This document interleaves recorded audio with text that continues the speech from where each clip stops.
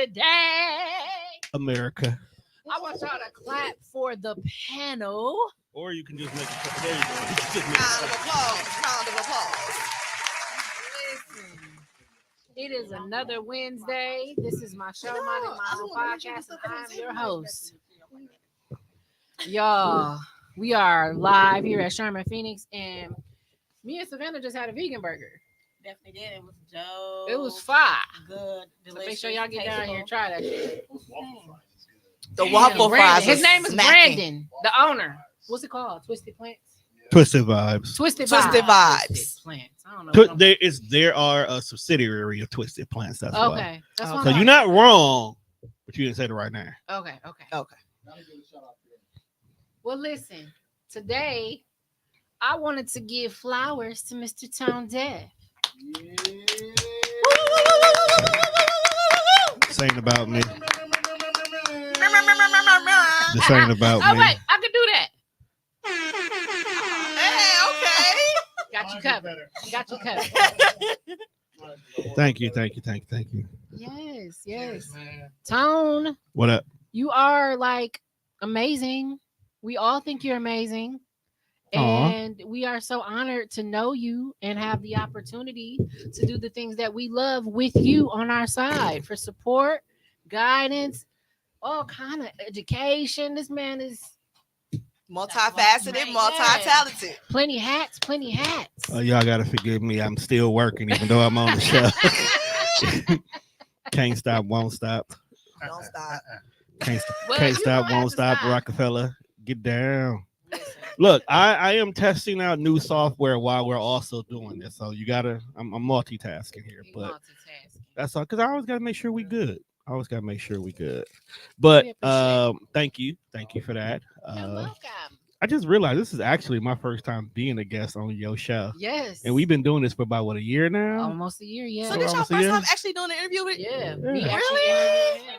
Wow. It was. I'm like this overdue. It's not her fault.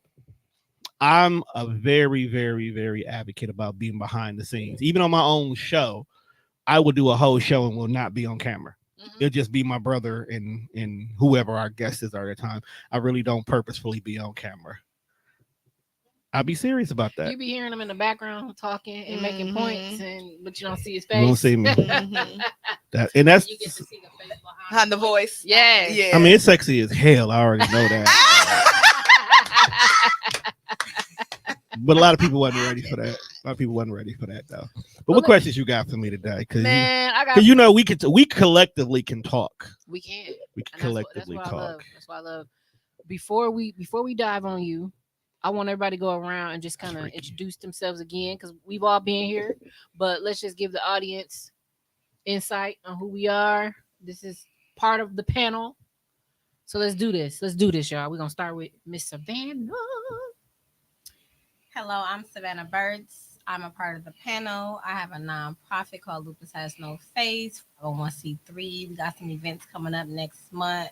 Informational on the 4th from 12 to 4, and the walk is from 12 to 4 as well at Clutch Park. Hope to see you soon. If you want any updates, go to www.lupushasnoface.com. Yes. Lupus Has No Face. Yes. If you want a little bit more information, make sure you go check out that episode of Where I Come From, where we sat down and had a beautiful conversation about lupus. Yes, I watched that. It was dope. I tuned in on that too. Thank you. That's lit. Now. Oh, it's me. Hey, y'all. Y'all know me. Tika G, as always. I only have one event coming up. That's the end of this month. I am in the 98.3 Jammin' comedy contest. Hold on, wait a minute. Let's say it correctly. She is a finalist. I'm a finalist in the 98.3 comedy contest. Right. It's a free open show to the public, so there's no excuse for you not to show up. We'll be at the Poverty event venue at 6822 West Brown Deer Road. I love to see y'all there, so I can make y'all laugh, and let's do it. Yes. Your turn, babes. Hi, my name is Jessica Holmes. Wait a minute. Let's correct that. Your name is author Jessica Holmes. There we go. What's some respect Author on it? Jessica Holmes. Thank you very much. We don't play I have around a nonprofit that's called Women United in Sisterhood. I'm also an author of A Shepherd in a Storm, I will be having a book launch June 15th from 10 Yes, a.m. to ma'am. 12:45. See you guys there. Be on the lookout for that Yes, episode of Where I Come Yes, From. yes, and we are all a part of the panel. Yes, yes. Where we will sit down and we'll discuss a little bit more about that. Yeah. My name's Judge Rogers. I am a man of many hats as well. Right now we're doing the panel. I'm excited. I got a clothing brand. It's called Facts by Fiction. I just got these pants, the prototype made. So these is pretty lit. Oh, they were nice. Oh, These yeah. is pretty lit. Be on the lookout for the website. Yep. Be on the lookout for the website. Right now you can follow me on Instagram at Fiction15. Facebook, Judge Rogers. We all in the panel. We just trying to give flowers to my main man. This ain't about me, fam. If you know me right now, I don't take credit for everything. It's about all y'all. But wait, Judge, you also got gear in Black Beauty Supply at Midtown. Right. Yeah, I'm doing a lot. Shout outs to them too. They just got another location off on Lisbon. Go check them out. Dope. Black business, support your black businesses. Support black business. Wait, the one in Midtown is black on? Yes, Yep. Black Black beauty supply. Yep. They got a free ATM. Yep. They got some nice bags. They got nice bags, nice other nice black artists. So yeah, he's just supporting the community. I love it. And that whole community is really thriving. Everything is thriving when you're in the right group. You know what I'm saying? You thrive. It's just moving. I'm so proud of what we got going on. I am too. I'm proud of all of you. I'm so happy to have the panel. Everybody, every single one of y'all brings something so special. We are missing a few people, but y'all gonna see them. They coming out the dark very soon. And shout out to Quentin, Ruthia, Nicole, Kenyatta. Yes, That's only that's missed just them four. I hope y'all watching, family. We gonna see y'all. And shout out to Kenda for putting us all together. Yes. To make it go, putting in the work. So Yes. appreciate you for that, for creating the panel, baby. Yes. I love you. Yes. I love her. Yep. Oh yeah. Yes. Yes. She brought us all together. God brought us all together. Oh, she's so childish. And so that's why it was so important to me. I'm like, dude, I've been podding now for a little bit over a year. I started my podcast a year ago, and me and Tom just never had the opportunity to really like just sit down and talk. We always talk about business, but we never actually get down to the heart of Mr. ToneDef. So you basically just want to know why I do this. I want to start off by what influenced you, what inspired you to get to do this, because you got a lot of amazing people together, man, under this network. Take a guess why y'all think I started this. Because you like to talk.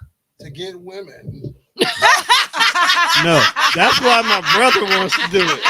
That's why my brother jumped on board. We got a lot of beautiful women who got everything to say. So No, why not? If you build it, they'll come. That's not a lie. I've always had beautiful women on the network. But no, truth be told, and it's still something I deal with today, battling depression. There was a point in time where I lost my home, 2 jobs, and almost lost my car, all because of one situation. Because of that whole situation and the changes and everything that was going on, I ended up kind of falling into the state of depression. And because it was a while ago, because I've been doing this for 14 years as of the 11th. Give it up. Care. Congratulations to 14 years, Tom. So that means 15 years ago, I was really fucked up. No, keep it a buck. I didn't have no outlet. As Black men, we wasn't sharing our feelings. And at that time, I was feeling very defeated. Like I went from having everything that the American dream said you're supposed to have to I'm living in somebody else's basement who I personally felt they didn't want me there. That's just my personal feeling at the time. So I had to figure out some way to deal with some things. I'm not a person who likes to lean on vices. So I didn't want to be a person who always smoked my problems away, drink my problems away. I had to do something. Job market was below ass at the time. Like you couldn't find a job to save your life. It was more people working during the pandemic than people were working at this time frame. So I just couldn't find anything. Either I was overqualified or they just didn't have nothing. So I had to figure out an avenue. So shout out to my brother Juan. He basically made me start going to local wrestling shows. And I always laugh about this because we just wrestling fans, period. So he used to make me go to local wrestling shows, and we would. You definitely need to hang out with us. No, you talking about local wrestling. You talking about local. It's wrestling in my book. Right. She got a point there. Plus, a lot of the old ones would come through sometimes. So we meet a lot of people that way. So where was you going? Like grocery stores to watch this? No, it was a proverbially bingo halls kind of a situation. So we would go there and we would get real cool with them, and we started interviewing them just for fun. Some of them would ask us to help them work on their promo. So next thing you know it, we having regular conversations. So me and my brother's like, yo, let's take this shit serious. And we had a third person that was with us. So we created a wrestling show. Then my brother was like, look, I make music. I don't like what's being played on the radio. I'm going to make my own show so I can play my music and whatever else the hell I want to listen to. I was like, all right, cool. Smart. Not a bad idea. Still ain't nobody going to listen to it, but cool. Let's do it. So to make it not seem like this nigga's just trying to make his own music, we went on ahead and we turned it into a full-blown show where we started interviewing other artists at the same time. So that was the birth of the Dead Fresh show. It's the longest running show on the network. Possibly could be because it's my show. So, but then at the same time, we were like, it's cool for just us, but we pay this bill every month. Let's eat.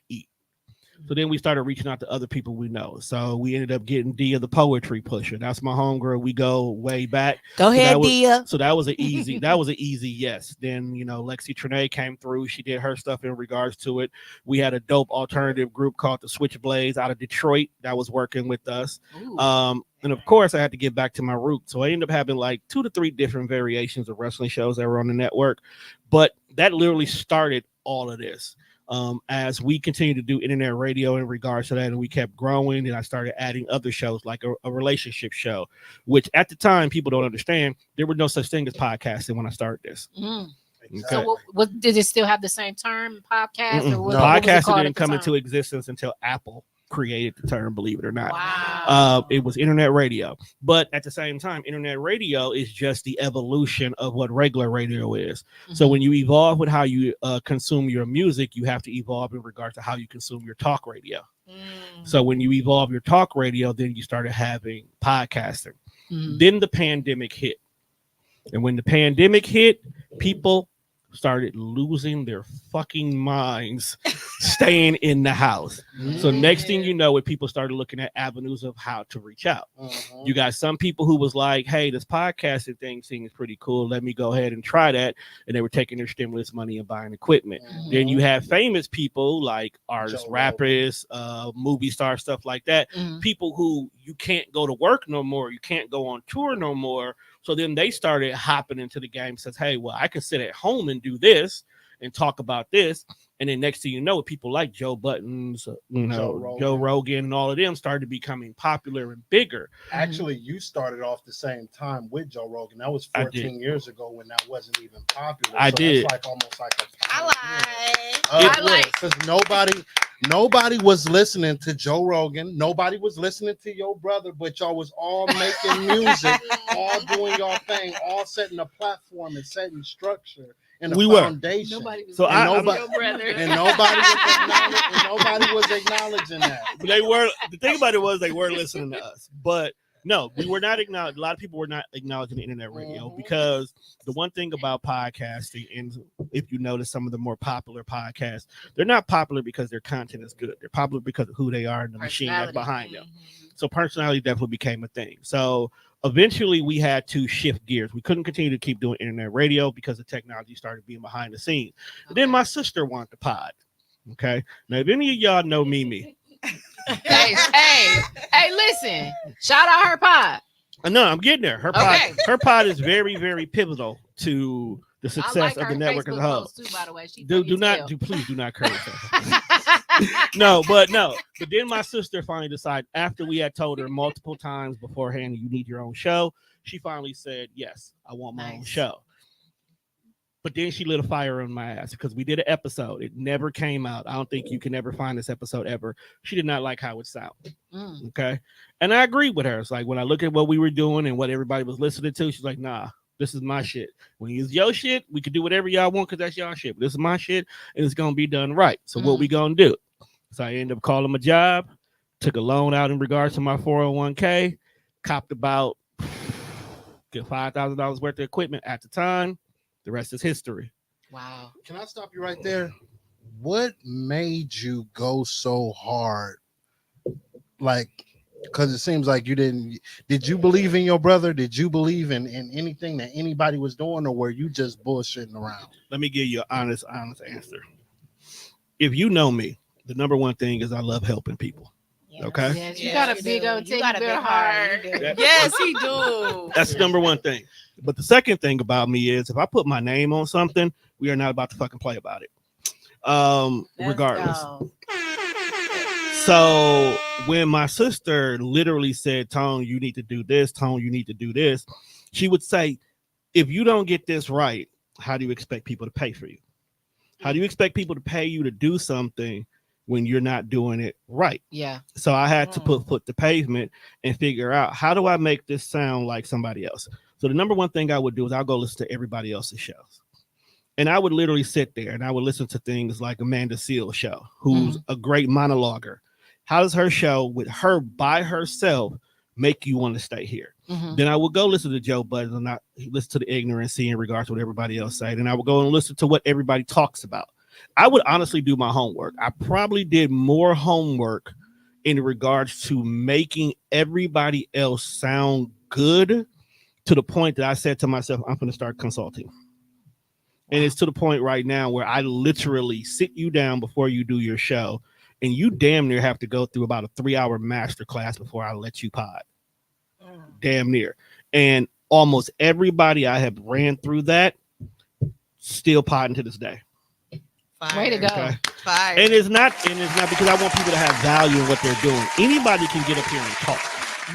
But one, are you informing anybody? Are you educating people? And more importantly, are you entertaining us? Right. Right. Tika's been on my show about 3 times now. Yeah. And you probably have laughed more being on air with me and my brother than you probably have been at somebody else's comedy set. I can't contest to that. I was dying. I was screaming, and it was some of the best time of my life. But it was pure entertainment. Right. It really Big was. energy too. But in the midst of it, you learned something every episode. I did.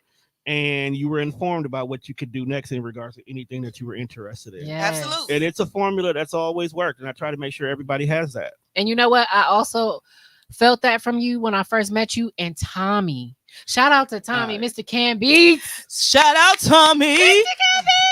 Now, Tommy came into the game. Tommy came into the game later on. But I got to also give major flowers to somebody that's also a part of the panel. Yes. Is Ruthia. Woo! Let's go, Ruthia. Here's the reason why I got to give Ruthia her flowers. TDR would not have grown anywhere past just me, my brother, and my sister had I not ran to her and her group of beautiful young ladies, pretty plus size and powerful. Wow. They logged online one day and were just going live on Facebook, and I seen one of their videos, and they had a pretty dope conversation, and I was like, y'all need a show. And we all sat down here at Sherman Phoenix, believe it or not, and had a nice little conversation about how their show would go. Now, at this point in time, I wasn't charging nobody because I still had a lot of kinks in my armor, so I didn't feel safe going out to war with anybody and expect you to pay me to do it. So I had made a partnership with them. They helped me get this spot we used to record at on the South Side, and I wasn't charging them. And we sat down, and Ruthia, and you'll hear me say this multiple times, was my biggest headache ever. We love you, Ruthia. I love Ruthia. I swear I do. I love her. She was my biggest headache. Yes. And she wasn't my biggest headache simply because she was being a brat, even though she is a brat. Because she kept you on your toes. No, it wasn't even that. What?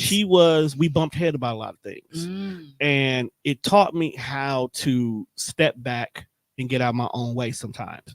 Because what she could have been complaining about may not have been anything that had anything directly geared towards me, but because the issues were in this moment, I took it personal. And you can't take anything personal because everybody comes from different walks on life. So everybody approaches things a little bit differently. And because of her, me and her have to learn how to communicate. We were just talking about this. Okay. Talking about this.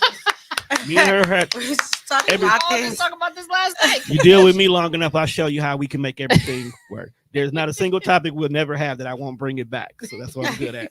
And we had to learn how to communicate. And because of that, our friendship actually grew. That to the point where if you see me and Ruthie around each other, you would swear that we've loved each other the way we do for years. When there was a point in time where we would pull guns on each other and bust. What you say? No, what you say? And and never think twice about it. But it was all because we both had to learn how to step out of our own ways and listen to how each other was. And because of that, I learned how to start maneuvering with other people. So as I started working with more and more people and different personalities and different energies and different views of what they wanted their show to be, it made me learn how to work with different ideas. So if you even right now, like when you came to me with your show, I didn't tell you how your show should go. I let you figure it out. I let you fall several times and bump your heads. And even when you came with new ideas, I didn't say, no, you can't do that. We figured out how we made it happen. You took your boyfriend and you took a cell phone and went to a whole event and you brung it back to me and we made an episode out of it. We sure did. Okay. we still made it work. And that's kind of why I continue to do this, because like my sisters say, I give a voice to people who needs a voice. I allow people to get something, because you never know how much that this one episode that you did where you talked about something not only changed somebody that's one of your listeners, but how much it could have changed you. You know how many times I've sat across this microphone and watched whole shows of people crying because they finally were able to get some things out. People had revelation. I sat here and had an episode on the show that he didn't make it past 5 episodes, but he was able to sit there and tell his mom, number one, he came out the closet to her, which she openly said, nigga, I already knew. Secondly, he was also able to say to her how he felt about her parenting style, which was really hard for her to hear, because if you, as y'all are mothers, okay, y'all know that sometimes y'all do the best that y'all can with what y'all got, and y'all make shit happen the way y'all make shit happen. Period. But to hear that what you've done and how you've done it wasn't the best choice for those you've done it for. So to learn how to not be defensive and literally listen and then educate, in this case, him, well, because of ABCD that you've seen over here, I was really doing this. There was times you had this and I didn't do this. And then more importantly, her learning that over the whole entire 20 years of raising him, she never once said, I love you to him. And that was major to him. Wow. And it wasn't that she didn't say, I love you, because she didn't love him. She was raised in that mentality where what I do is my sign of love. So she feel like she didn't have to say it. She feel like she didn't have to say it. Some realistic ways back then. You got a roof over your head. You got food in your belly. You got clothes on your back. You can get whatever you want materialistically. That's me showing you love. When in actuality, all he really wants you to say, okay, son, I love you, be safe. Literally, I could have changed the whole trajectory of how he looked at life. So those are those kind of episodes that I'd love to create, because it makes you look at your own situations a little bit differently. Because I ended up after that episode having to go home and have a whole conversation with my mom, because I come to find out my mom never said I love you. And it was, and the funny thing was, when I talked to her about it, it never clicked in her head that she never said it. And it's probably because nobody ever wasn't told normal. her. So now it allowed us to start our healing journey and repair a lot of things that we both go through. Because I still deal with trauma to this day, which is why I still deal with depression. That's a whole other conversation. But next question. I think that's dope. You opening up like that, though. Absolutely. Should open up about their feelings. Okay, it doesn't make you look weak at all. Well, that's something, but that's new. It wasn't about the men. It was about the women. Where do y'all think that came from? Like women not showing men love or nurturing. Like, well, I don't know about that. Right. Because it's some. I'm saying that, like, that's a whole other topic. Both of the women both said that they never loved their son. No. I think you lost it. it's not that they didn't love their son, because every day said that they didn't love him. no, hear me out.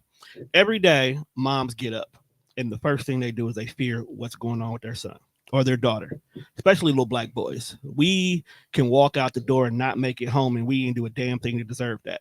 So moms live in constant fear every day. So when you do that, you more so work harder to protect us. Now, I know the fact my mom loved me because there was tons of things I know my mom did in the name of love, but to verbally not hear it, it didn't impact me like it impacted him. But it just dawned on me that she never did, which also makes me be a lot more active about saying it. So my daughters, every single day, it's a common phrase. We say "I love you" like commas and periods in my household. Even As you should. even before even when I have to discipline them, even before I discipline them, I let them know. Say, look, I love y'all to death, and you know this, but I will whip fire from your ass if I still have. Shout out to the dads that discipline Real parents. Real parents. But the good thing is I haven't had to get to that point because my daughters know that when I have to say something, you know you've gotten to that point. Like I call my youngest TT baby, but if I have to call her Tiana, she knows she's already crossed that line. Yes, government Okay. names. I call it black government names. Even when I said, now you know better. Why are you like? I talk to my kids with more of like something me and my mom didn't do is we didn't have that conversation, that rapport, dialogue. that dialogue, because there was a lot of times there were things where she was being protective about, but I didn't understand why. Like, you're trying to stop me from being in these unsafe Milwaukee streets, not realizing I hung out with the drug dealers and the pimps and the hustlers all the time anyway. They were there. They were just not, they were a part of my life regardless. So had you had this conversation about why you didn't want me to be in these scenarios, then I could have gave you a better understanding of why I am in these scenarios. I'm not out here with the drug dealers because they got me moving weight across state lines, even though I say that a lot. I'm out here because I'm actually helping them get a more better education. I go to school and then I come home and teach them. Okay. I'm out here on the streets with them because they out here messing up their own money because they're not keeping tracks of it. I'm out here telling them what you could do to keep these boys off your back because you spending wildly over here. Instead of doing this, go buy this over here. You go cop this record store over here instead. That way you can wash. You was telling them how to wash money. Nigga, I told That's you. some BMF shit. I gotta come on episodes catch up all. She said that's some BMF shit. I was teaching a lot of people different things, but I wasn't teaching them because I need you to help you know how to wash money. I'm telling you it's because we like music. We shouldn't have to go all the way downtown and deal with the white folks to be able to get CDs who don't understand why Wu-Tang is not to be fucked with. I need you to have that over here for us. You the one that's got the money. Let's do it here instead. Buy this corner store. Smart. That way we can keep penny candy a penny, my nigga, because you don't care about the cost. You know, I'm teaching them how to do shit the right way. Plus, you're less likely to have folks looking at you. You less likely to worry about why people coming in and out this door because you own the corner store. You own the corner store. You're supposed to have people coming in and out. Right. So whether or not they keep walking out the back door in a different direction, that's on you. But that's what I was. We had that conversation. She may have had a little bit of understanding. You worried about this neighborhood being unsafe. I'm worried about how to make these unsafe niggas fix the neighborhood. That's dope. Let's go, Tone. Let's go. Like, what? Let's get it. Dropping gems. Y'all heard them. You unsafe niggas. You unsafe niggas. Hold on now. Unsafe niggas is completely different this day and age. Not the unsafe niggas. I'm dead. Wine. Unsafe niggas is a little bit different this time. Yes, You please made do. sure the minister. The reason why I want to piggyback off of what you're saying about how important it is to hear "I love you" from your mom. Cool. I've been on the phone with Savannah, Judge, and you. Y'all hear me every day if we on that phone. Yeah. Y'all have a good day. I love you. Because they don't have that outlet. And I have an open door policy. And when you have an open door policy, that means when we come to that table, you can say what you feel. You can say what you're thinking. Whatever happened, is this time to discuss it. And what's going on back in my generation, we didn't have that opportunity. Right.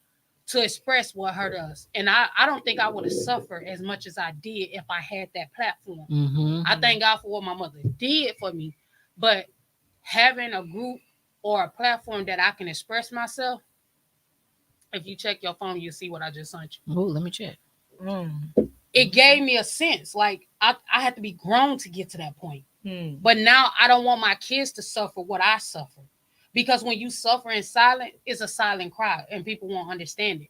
So I encourage mothers to tell their kids. I don't care. My kids, I'll be like, yo, that's getting on my nerves. Go sit your ass down. Wait, But one thing I'm going to say, I love you. I'm going to let them know that. I don't care how mad I get at them.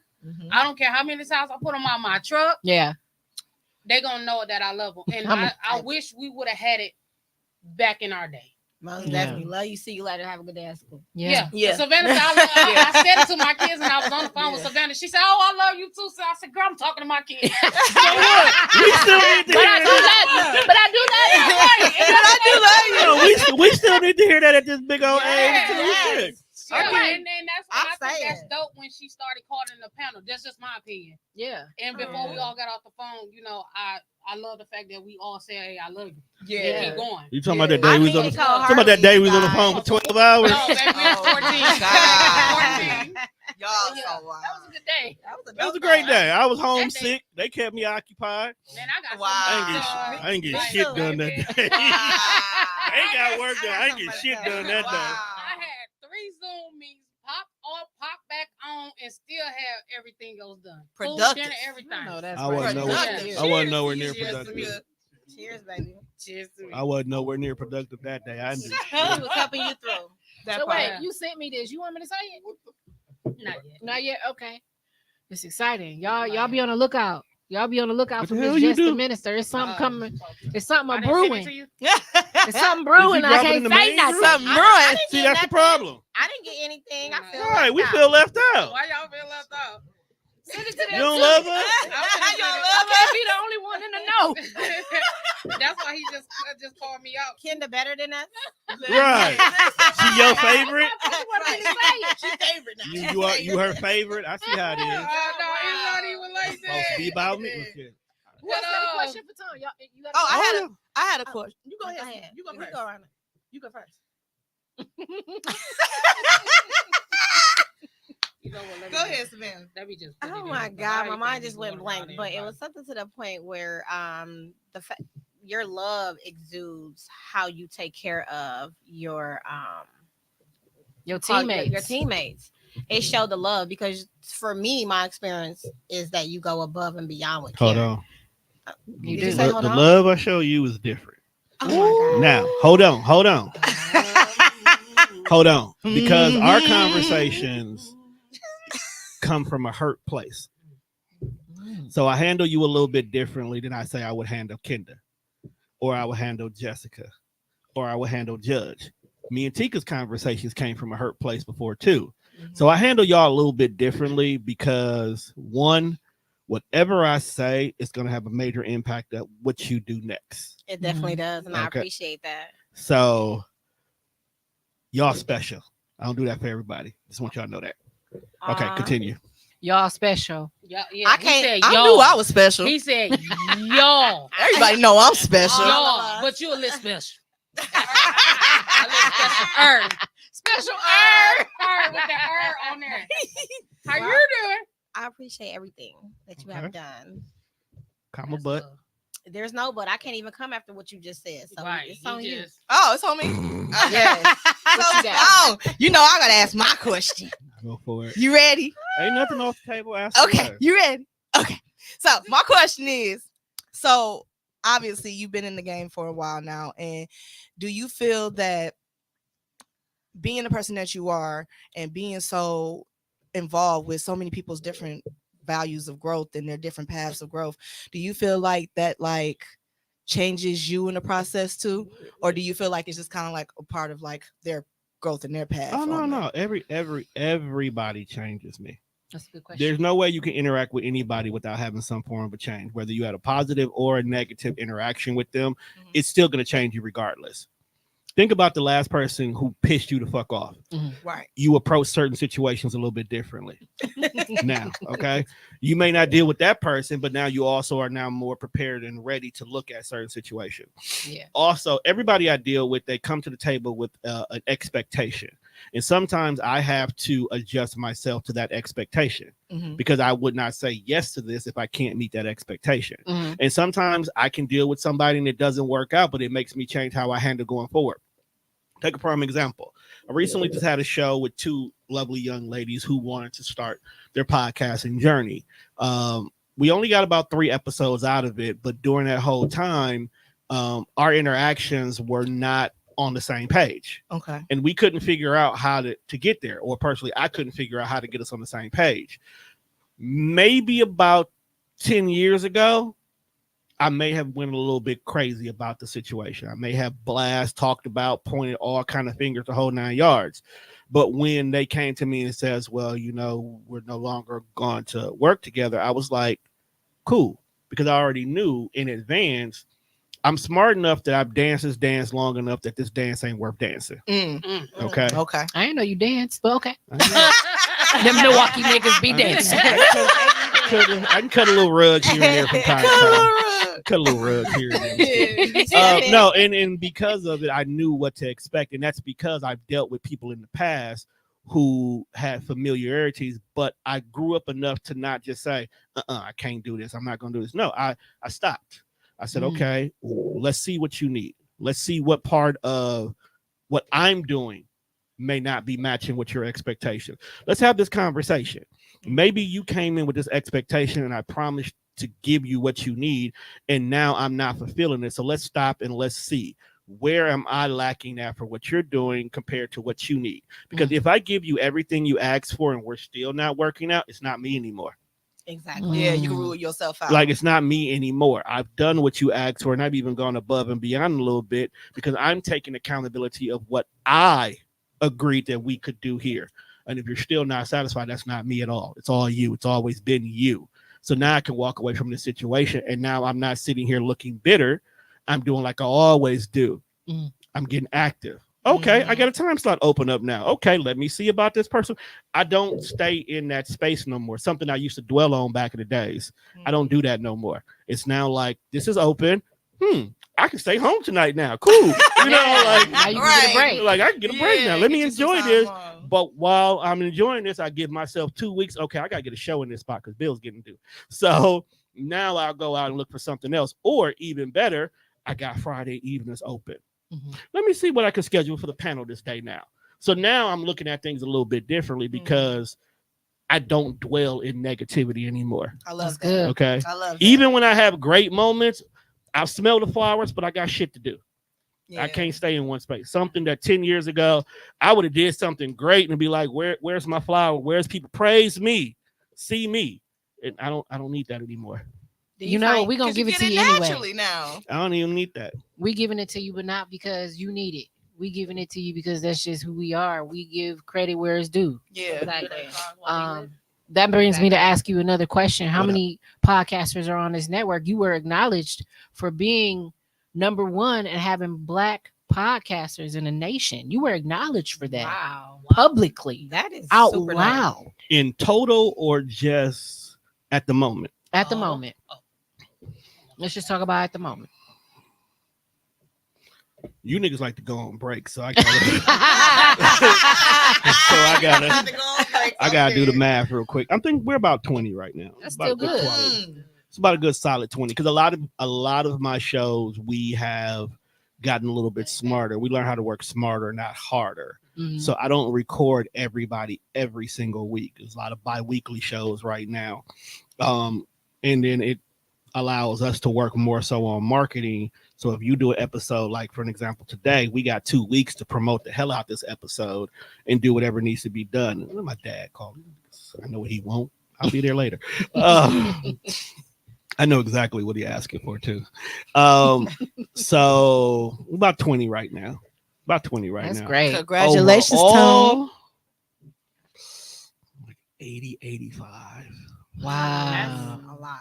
80, 85. Not about that much. That's a lot. That's a lot. dope. Yeah.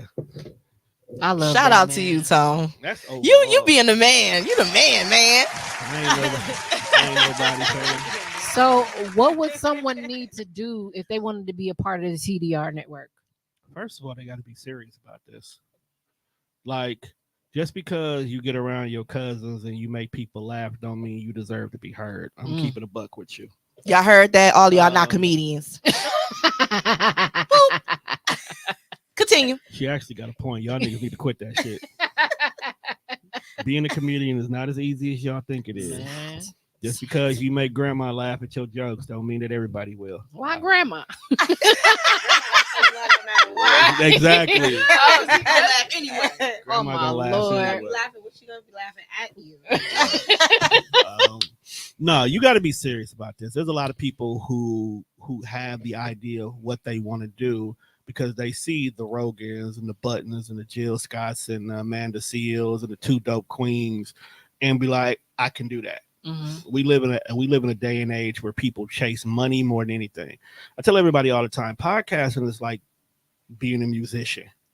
You don't make money off the CDs or the songs you make. You make money off the work you do, the tours, the appearances, stuff like that. Mm-hmm. Same thing with podcasting. You don't make money off the episode you do. You make money out of the live shows. You make money out of the appearances. You make money off the sponsorships, the advertisements, all the things that people don't put the pavement for. And the thing about it is you got to have good content or else who the fuck's going to listen? Right. Yeah. Like, it's cool that your friends tune in, but after a while, they ain't listening no more. That's true. You know what I'm saying? After a while, your friends ain't listening no more. So how do we create those new friends, those new avenues? Right. How do you turn those 10,000 TikTok followers you go into money? You got to put It's foot a to formula. pavement. You got to put foot to pavement to make it happen. A lot of people don't have that drive to do that. That's why after about 10 episodes, they usually done. Meanwhile, I got shows out here with 100 episodes, 200 episodes, 400 episodes. It's because we're not doing it to get paid. Like Right. once you get that out your head that you're not doing it to get paid, then you can get paid. Then you can get that bag. Mhm. Because you Bag take don't that come. you take that out the equation. You come in here, you sit down, you turn this into your personal diary, you turn this into your level of motivation, you turn this into an avenue to bring the community together, you turn this into something that has sustainability. And something you're passionate about. Because if you ain't passionate about it, Oh, no doubt. then it ain't gonna live on. No Yeah, doubt. it's not gonna translate either. Right. Because they're gonna seem like you're not even really feeling it. You're not Right. you don't care. running through the motions. Exactly. And it's crazy because even on my show, there were moments where I didn't want to do it no more. There was a moment in time where the network was almost done Wow. because I mentally had completely checked out. But luckily, I always keep a great team of people. They'd be like, hey, Tone, I want to do this. Shit, go ahead. Here's a login. And next thing you know it, they done did some dope shit. And I'll be like, hey, I'm going to hop on that episode with you next week. And now I'm hopping on the next episode and the next episode. And next thing you know it, I'm back to doing my show. Mhm. And then next thing you know it, I run into somebody who got a dope ass idea and I want to interview them. I run into a comedian who's funny as fuck. I want to interview her. I run into somebody who is definitely making awareness of lupus. I want to go ahead and interview her. I run into an author who got a dope ass book. I want to interview them. That's literally what keeps me going. It's not I ran into somebody that hosted Coach My Growth. Hosted Coach My motherfucking growth. Give me my motherfucking Fucking flowers. What? Let's go, Kendra. Let's go. my show.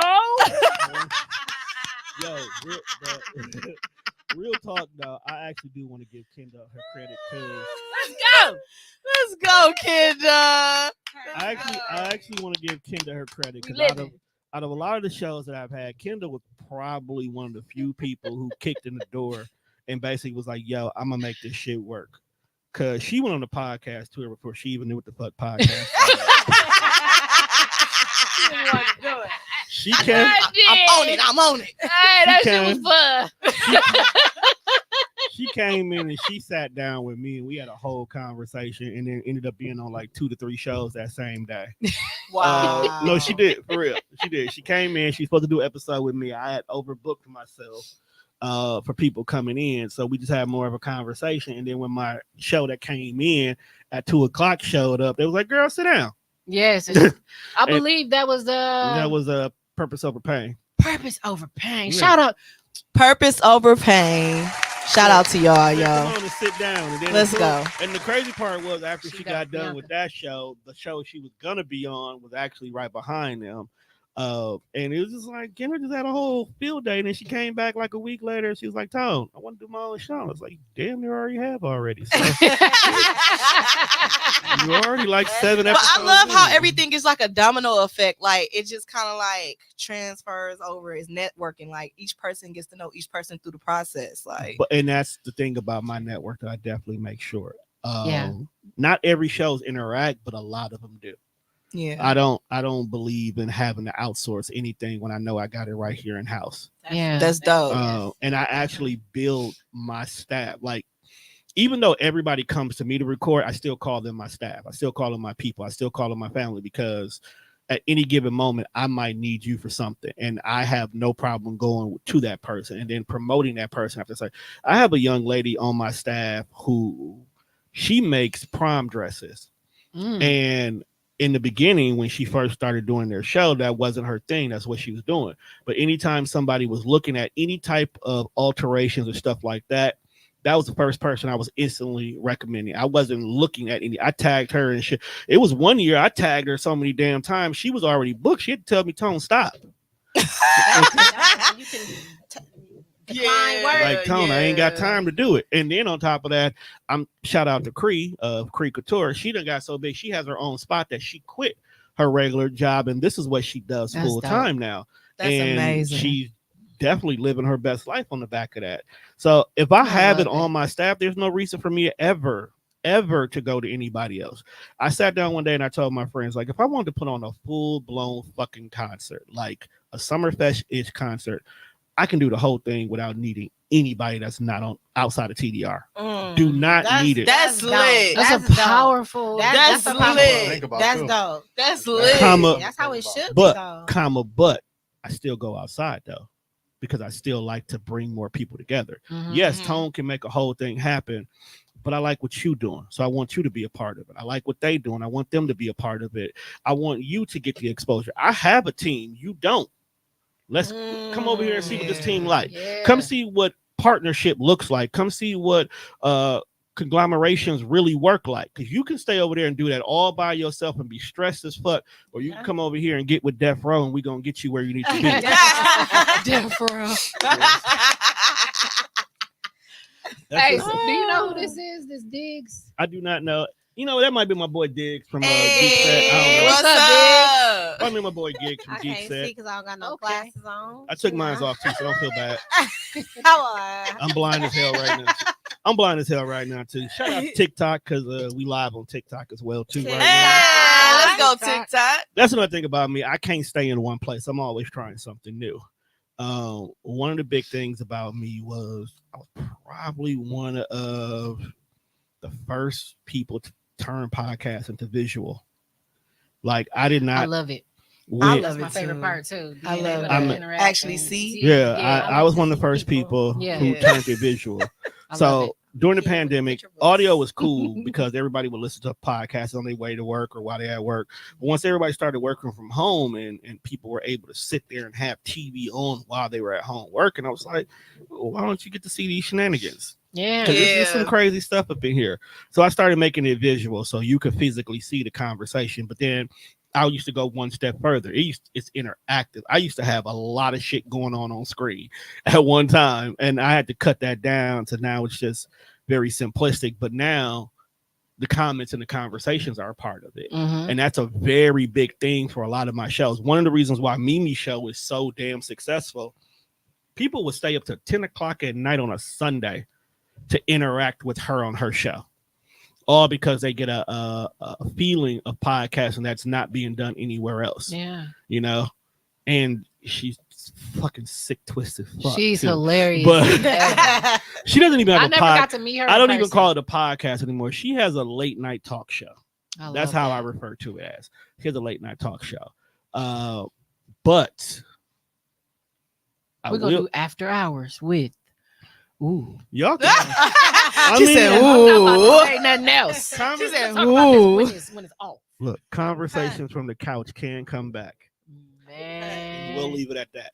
Okay. What y'all was talking about on the couch? Freaky shit. Talk about whatever the fuck you want to from the couch. Conversation. Listen, conversations on the couch. What? Conversations on the couch. What? Conversations from the couch. Come on, everybody know what them conversations on the couch be like. Right. Them conversations be on the couch. Speaking of conversations on the couch, whoa, hold on now. Wait a minute now. Have you ever gotten we were having this conversation.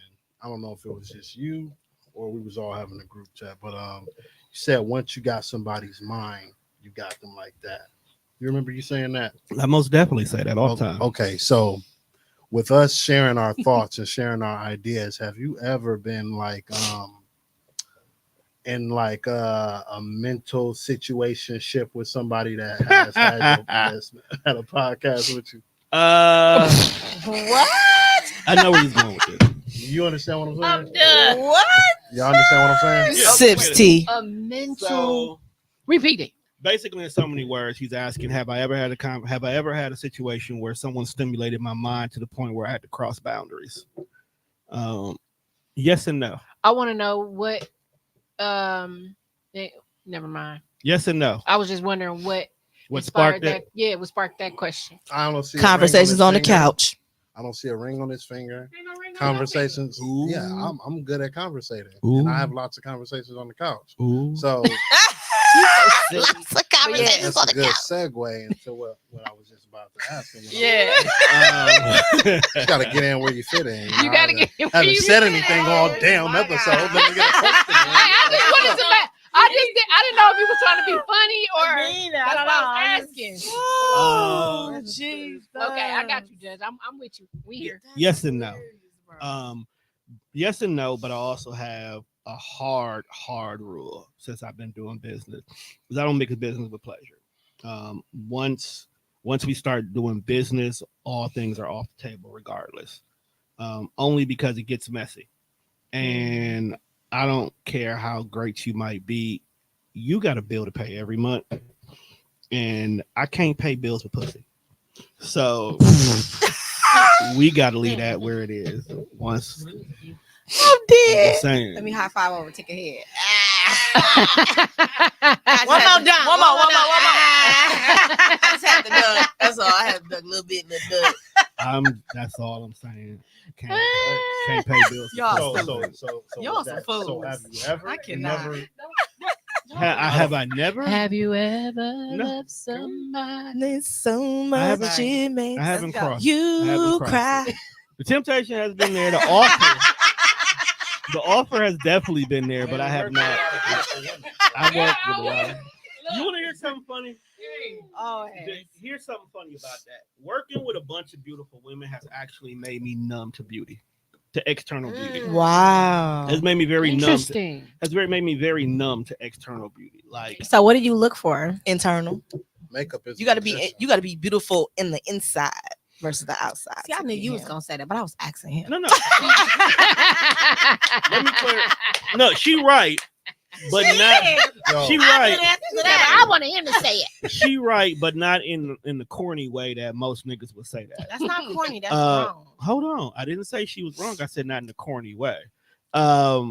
You got to stimulate me mentally. You got to make me feel like, number one, if I'm having conversations with you, you stand behind everything you say in regards to that conversation. Two, I got to learn from you just as much as you're going to learn from me, because there's not a single time that anybody has never had a conversation with me and they didn't walk away with learning something new. So you got to be able to do the same thing to me. And it could be something very simple. It don't even have to be anything major. It could be just something about you that I'm learning new about, or how you view things. Because I'm a person where you can look at the world from one way, and I'm going to sit there and try to figure out why you look at it that way. Because you might be correct and I might have been wrong all this time. You know what I'm saying? So just simply how you put it. Number two is how you carry yourself. Pretty privilege is a real thing, but it doesn't mean that you have a beautiful inside. That is true. You know what I'm saying? True.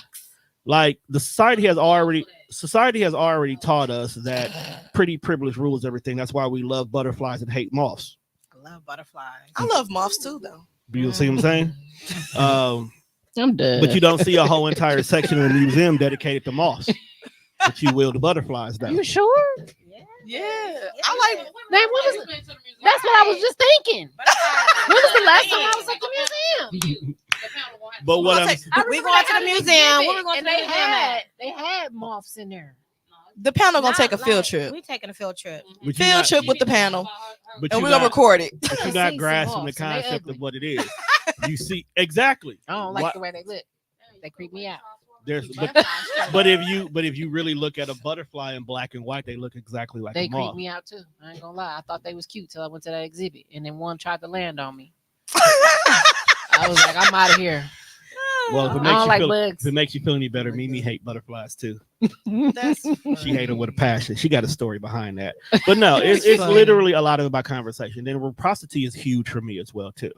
I don't know where the hell in society where the man has to do everything, and that's the only way a woman becomes interested in a man.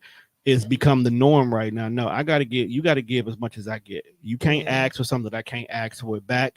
But at the same time, if I know that you're locked in with me, like we rock, you can have the world.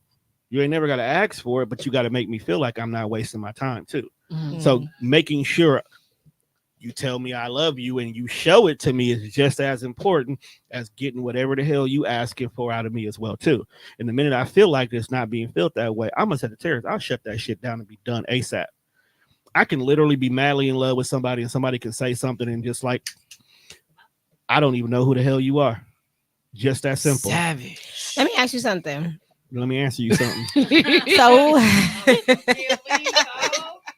So what you just said, most people say that you're not supposed to have expectations. So do you think you're supposed to have expectations? Everybody's supposed to have expectations. I believe so as well. How dare you walk into a situation not knowing what you expect from the situation? That's how you get fucked over. That's how you get used. That's how you get manipulated because you don't expect anything from that person. Therefore, you can't hold that person accountable for anything. Mm-hmm. So when somebody is showing you how they want to be loved by showing you the acts of what they're doing for you, it's okay for them to expect good is going to come, right? Because that is kind of I'm not done. So let me put it in these terms. If I'm building a relationship with Kendra, okay, and sexuality is a spectrum, I'll fucks with it. Oh my God.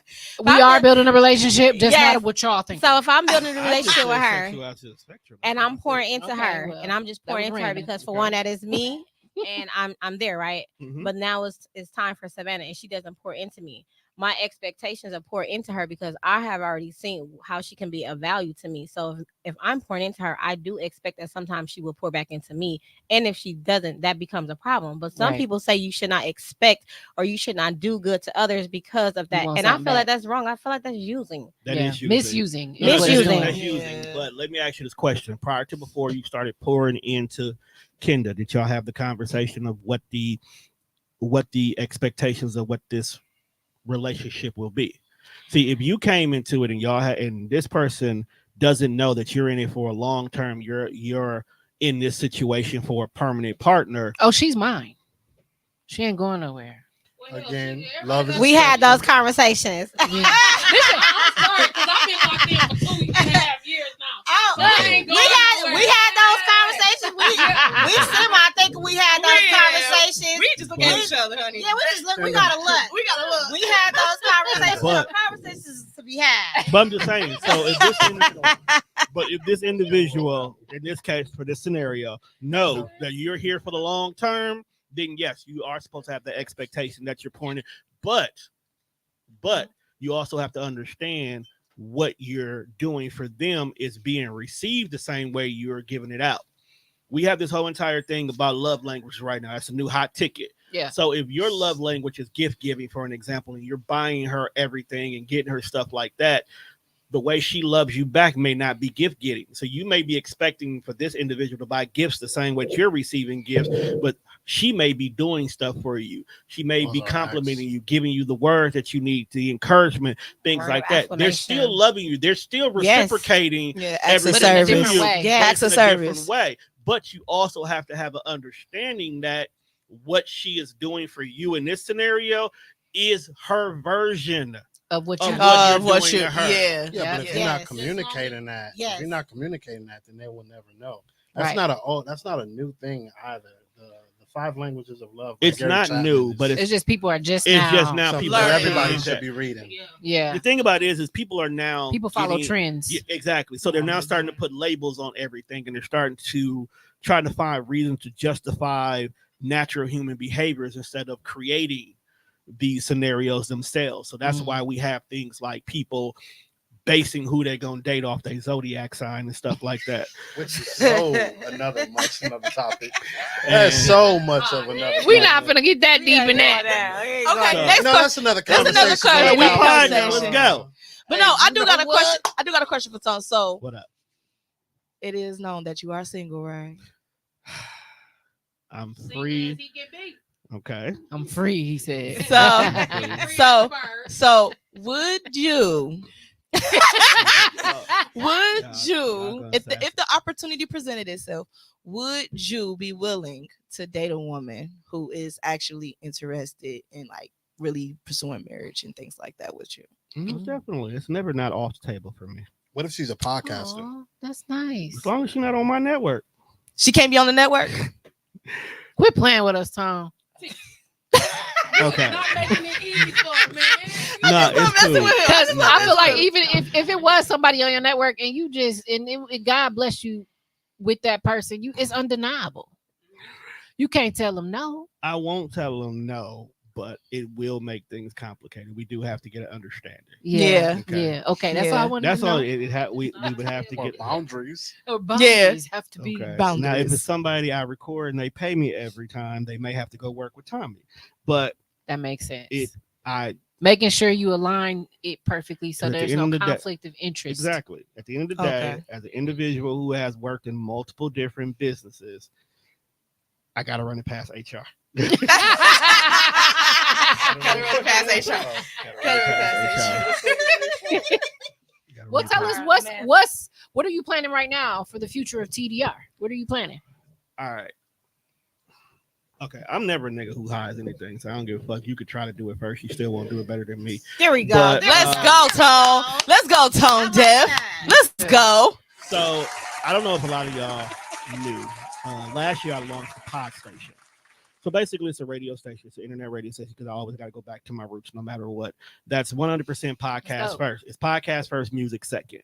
So basically, that means when you tune in, your typical talk radios that you've grown accustomed to growing up, your 860s, your 103s, whatever that has these talk shows, instead of them being talk shows, it's podcasts. Whether you're on my network or a sister network or a partnership with somebody else, you will always be able to listen to some podcasts. And of course, not every podcast are the same length. So because I like to put everything in 2-hour blocks, if your show ends at, let's say, 1:39, from 1:39 to 2, music plays instead. So it's podcast first, music second. I had to put that on pause for a minute. Okay. I think big, but sometimes I'm not prepared for when I think big off?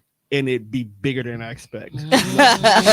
So it was a lot, and I mean a fucking lot of moving parts in the beginning, and I didn't have a proper team to run it like I needed to.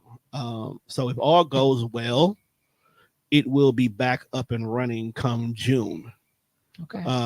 With me having a smaller regular recording staff now, I can easily shift a lot more of my time over to getting that reestablished. And then I'll have probably a team of 2 or 3 that will be running it consistently. Okay. So that'll be back up. Second thing, I got to bring the kickback back. TDR used to do kickbacks all the time. Anybody that's been on TDR for years will tell you the one thing about our kickbacks, our fucking kickbacks was legendary. Is legendary. It was. Legendary. It's on a hiatus, but it's still it was legendary. It was so bad that we literally got kicked out of the building we used to record at. Wow. It was lit. Right. Get kicked out. Because we may or may not have fucked up a bathroom. That's a whole nother conversation. That was not a confession. I wasn't there when the sink fell off the wall, so I don't know who did it, so I can't prove it. But but we did do more of a professional. We did more of a professional kickback game night last year. It went pretty okay. But I also was up against West Milwaukee summers. Mm-hmm. So we got a lot going on. Yeah, we got a lot going on. So now I'm gonna revamp it, and we're definitely doing that. But this time, I think I might throw a musical concert first. I think we might do a full blown musical event first, and then a kickback. Let's go, Judge Rogers. Mm-hmm. Let's go for the music. I'm here. Whatever you need, bro. I'm definitely partnering with a few people in regards to that one.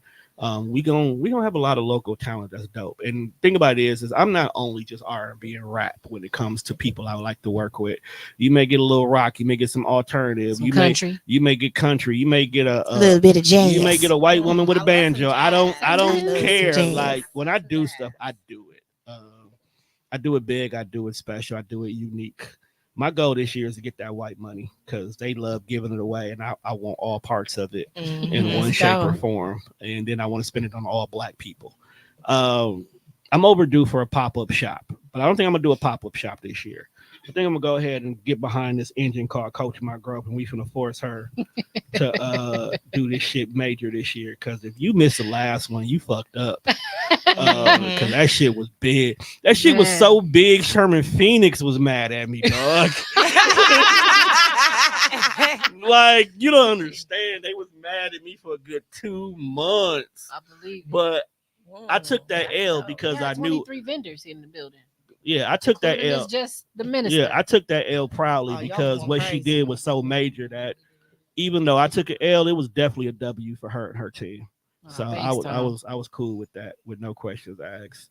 But you too big for Sherman Phoenix. You can't do it. I here can't no do more. it here no more. I realized that. I realized that day. I'm like, oh man, we gotta go bigger. You gotta go big. That's crazy. That's dope. That's amazing though. Thank God. We gotta hit. We gotta hit King Pavilion. Ooh, let's go then. Let's kill two birds with one stone.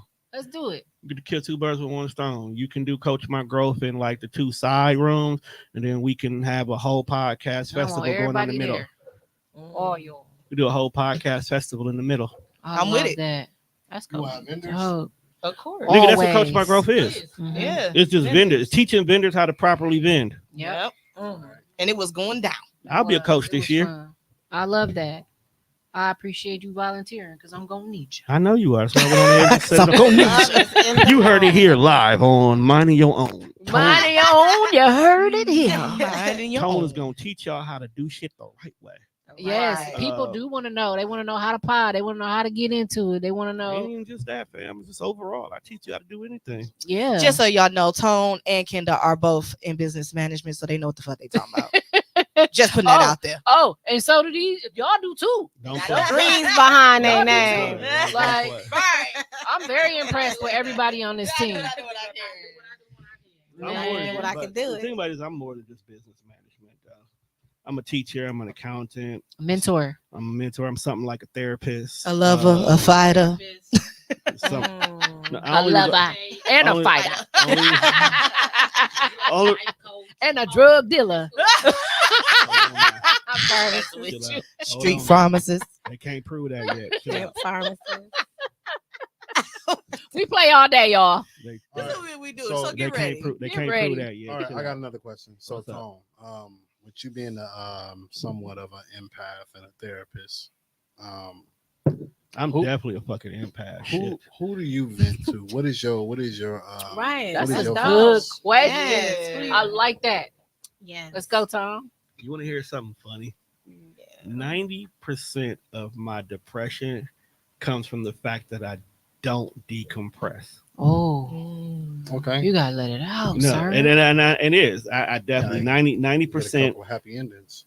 Oh my Lord Jesus. 90%. Judge. No, he right though. You like can't even lie like that. Of course I'm right. And especially because I mean, you always right. Don't get him a whooping, not just yet. That's behind the scenes. No, but I'm right about a lot of my name is Judge Rogers. Sorry, Tom. No, you cool. So sorry, no, you cool. y'all, believe it or not, y'all are quite mild compared to what I've dealt with plenty times before. We are mild. Very mild compared to. We mild sauce. We need to get Mild that sauce. camera back. Mild I don't want to sauce. be mild sauce anymore. Just turn it up. They don't like that. Do we got to get spicy up in this month? Right. Nah, Extra spicy. Extra spicy. Jalapeno keep it a Put buck. your paws on me. Let's go. Keep it a buck. I really don't have anybody I can directly pick up the phone. Now, let me rephrase that. I don't have anybody I purposely go to decompress with. I do have people that if it really came to push and shove, I could pick up the phone, we can talk, it'd be no issues whatsoever. I definitely got friends who've been rocking with me since I was a wee bitty, itty bitty. So they know how I move and groove. I got people who check on me all the time. Matter of fact, my friend Solar just literally hit me up earlier to check on me just to see how I was. I'm keeping it a buck. Y'all check on me. Yeah, we do. Yes, we do. Just hold you accountable. Y'all check on me. So I have it. It's just Call you that at 7 a.m. But you I'm not gonna answer. You I'm not gonna fucking answer. I am not. Keep you gonna on the answer. phone all day. Savannah, you said you're not gonna answer She the know. phone at 7 a.m. She already know I don't answer at 7 o'clock. You gonna answer. I'm not gonna answer. It's okay. I'm We'll still get you next asleep. time. I'm still gonna sleep. Hey, I wear my watch in bed at night just so I can roll over and tap that red button. I hang Are up you in a heartbeat. serious? I'm not a person until My 8 feelings o'clock. are hurt. I'm not a potato. Don't It's worry. okay. I do it to everybody. It's okay. I do I'm it to my mama too. He's like, hold on, I'm not ready to talk to you right now. I'm not in that person. I'm not in that space. No, a lot of times it just comes from the fact that sometimes I be like, you going through shit. You don't need my shit too. But what about them dumping your stuff on you? Don't you gotta release? I do. But a lot of times I allow people to proverbially dump on me because that dump, you talking to me could have been the one difference maker from you talking to me and you never being able to talk to anybody ever again. Mhm. And that's just something. I've lost a lot of friends to random suicide. And only to come to find out they never had anybody to talk to, or they never felt like they had anybody they can reach out to. So that's one of my real driving factors why I'm so quick to ask everybody about how they doing or how they checking out. I got a list of people that I check on daily, every day. Some people I specifically make sure they get that one little inch of motivation every day, because the last time me and you talked, you damn near scorched the earth.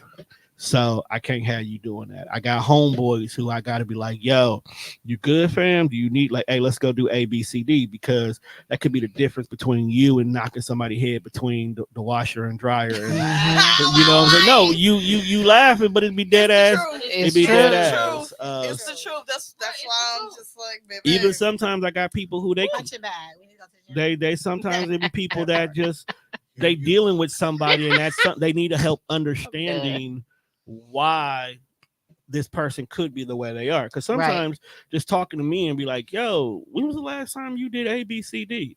Well, that he should know, but no, he doesn't. He should not know. You need to let him know, and don't let him know in the moment of anger. Let him know when y'all two are in a calm state so he can hear you and not be defensive. Like I've saved whole marriages. Y'all All right, Tyrese. You don't understand. Right. No, dead ass. You don't understand. I have homegirls who we have sat at work and had 3-4 hour conversations only for her to go home and be like, look, nigga, you was almost divorced. All Damn. right there. And Right there. and- Someone will call you somebody's work husband. mm-mm. I don't put, Turn around, give me the drink. You about No. to start some fights. No, you don't see that? Nope. You want to know what? You don't wanna see know that what? as being like some type of what do Mm-mm. they call that? They do call them work Emotionally cheating? Mm-mm. Oh, that's not Emotionally emotionally cheating. cheating. You want to know? You want to know Somebody why? been You want to saying know that? why that wouldn't be the case? Because I'm not doing it to build a connection with you. I'm doing it to make sure you don't fuck up the connection you currently have. I know how to set. I know how to set. I know how to set a boundary where conversations can be had, but misunderstanding cannot. With you being so selfless, how do you create those boundaries, not only with other people, but within yourself, to knowing how much of yourself to give to someone? That's a 2-part question, so answer them both. Okay. Oh. So I like it. That's a good. knowing question. how to set boundaries is knowing what intentions or what could come from the results of it. let's back up. You know how you say I got a lot of beautiful women on the staff, right? Okay, I do. And if you know me well enough, if I'm cool with you, I will compliment you simply because compliments should be given no matter what. You don't have to have intentions behind them, but you can compliment somebody. But I also make sure that you don't get this mistaken that I'm not shooting my shot at you. But if you look good, you look good in the story. Then one more time for the people in the back. you look good, Say a little louder. you look good, you For look people in good the back. in the story. And it don't have to be anything further beyond that. I can tell that. But sometimes you end up getting in situations where individuals are not used to hearing that.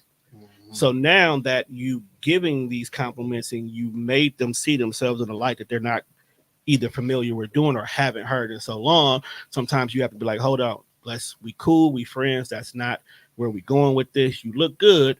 I'm sorry that you don't hear it enough, but that's not where this is going. That way we can still be friends and you can understand that you got somebody who's cool with you. At the same time, when it comes to me, my boundaries solely are based upon three things. One, don't fuck with my money and don't fuck with me and my time with my kids. If you can honor those two particular situations, anything else we can rock with, I'm cool with. Because when I say I'm with my daughters, all shit stops. Okay, because I don't play about my girls. I will burn the earth and Mars. Okay, twice. Twice. He said twice.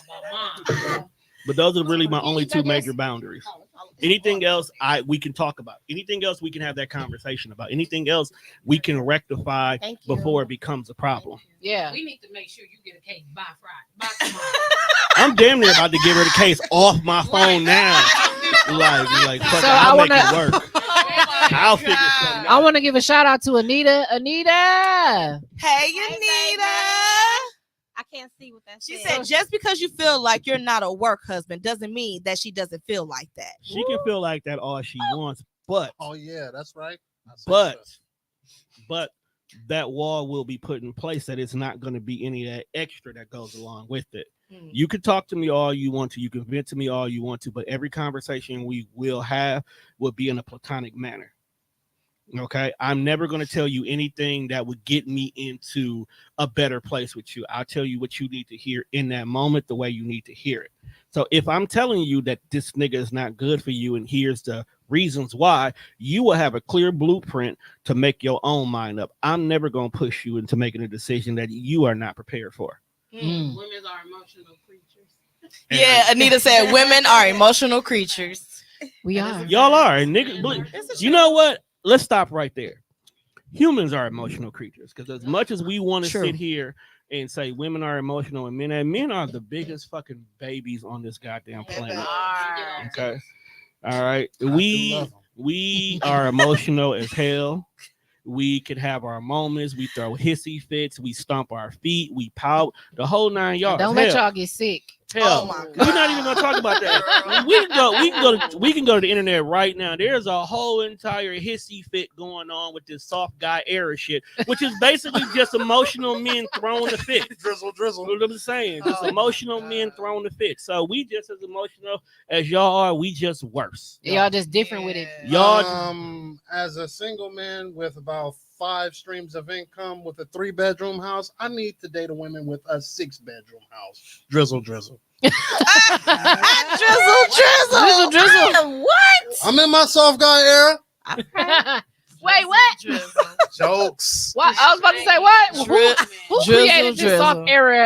soft Okay, guy era so term? Anyways, it's only funny because if you're friends with Mimi, she's been having yes, I am, All look at and she funny been as having a hell. field, she been having a field day with it. So basically, what happened was a group of guys. We don't even know who these guys are, but a group of guys decided they wanted to flip the script and saying, since women are asking for all these different requirements for men, and saying sprinkle. and so what if we turned around and we wanted to be treated the same way? It So said what drizzle. So instead of them basically saying we want reciprocity for what you're asking for in us, they decide to flip it and try to say it putting men in the same scenarios that a lot of women who ask for these types of catering like things to be done. You know what? Unfortunately, they came off sassy than a motherfucker. Okay. But that's the whole concept. Just to show y'all how whimsical this idea is.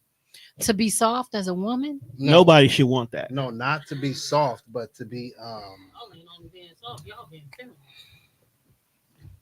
Boom. I'm not even A couple different things happening. It's a Yeah. conversation that Let's get I've real. had 3 times already, and all 3 of them were not positive for men in regards to the situation. And as a member of the male delegate, I too had to throw my card in and say, "You niggas is weird." And this is one fight. Let us women be our soft. This is one fight where let the women have it, bro. Let the women be soft. Right. You can Please. be sensitive, but the soft belongs to them, my guy. Yes. Yeah. Yes. Thank you. Yes. Plain Thank and you. simple.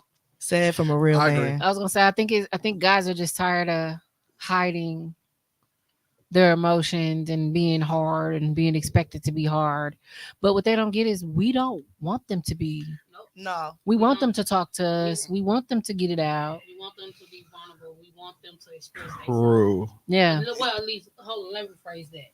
At least I do. Yeah, I do. I for do sure. too. I can't speak for everybody, but sometimes we can intimidate. Well, I had that. She need the mic. I Well, think I am- Jessica, you are very intimidating. I'm sorry. You are. I know, I like, understand any man that fears you. but yeah, Don't like, change it. Right. But if you knew my story, and I do mean my story, We you'll know. understand the reason why I'm like this. But I had to learn within the last 2.5 years of being single, like, some things that I need to work on myself. But if we allow that man to have that space where they can be vulnerable, Mm-hmm. then they will open up shortly but surely. So if we open that platform, let them be. Even if you don't want to hear it, you can still help them. Mm-hmm. Cause I don't want a nigga hard all the time. I just don't. I just want to see all phases of you. It's 4 seasons. If your And man Medea is said hard it for best. more than 4 Let me see hours, you please all seek 4 professional seasons. help. Because when you get the chance to see that guy in 4 seasons, you know how to deal with your partner Yeah. in all 4 seasons. I don't just want to see you in the summer. Can't see you winter, fall, or spring. I don't. I just want to see you in all. Because I'm a person that's going to express themselves. Yeah. But if I can do it, I want you to do it. But then don't get mad at me when I be like, hey, I know it's something going on. What is it? Hey, Jessica, can I ask you a personal What's question? up? How old are you? I'm almost 36. Okay. The reason why I ask that question is a lot of the time, these conversations where men are not feeling as being seen or heard Mhm. tends to come from that 20 to 30-year-old generation. And because that particular 20-year-olds generation is so too. adamant and so ingrained in social media, those are the ones that are quicker to express themselves online. So a lot of the rhetoric and conversations that tend to pop up online where we're generalizing everything based on Right. are usually people who are not even walking in the same path we're in at that moment in time. And I think that's where the confusion is. So you'll have 30, 40-year-old people. That's having- right. 40-year-olds too, Anita. That's what I said. Yes. 40-year-olds too. That's right. Hold All on. ages. Hold Yes, on. Anita. Hold on, Anita. Hold on, I'm getting there.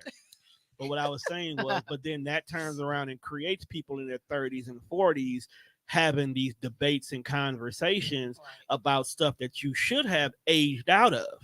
You shouldn't care about whether or not a 22-year-old calls going to Cheesecake Factory sassy.